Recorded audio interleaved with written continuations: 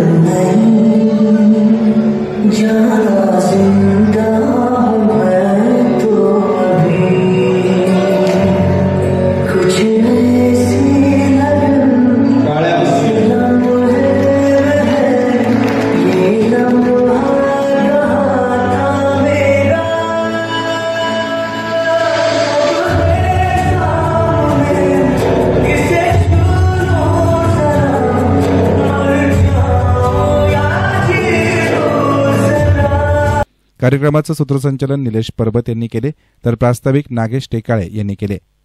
एस्तान मीडियासाठी प्रतिनिधी महेश खुडे, संगमनेर।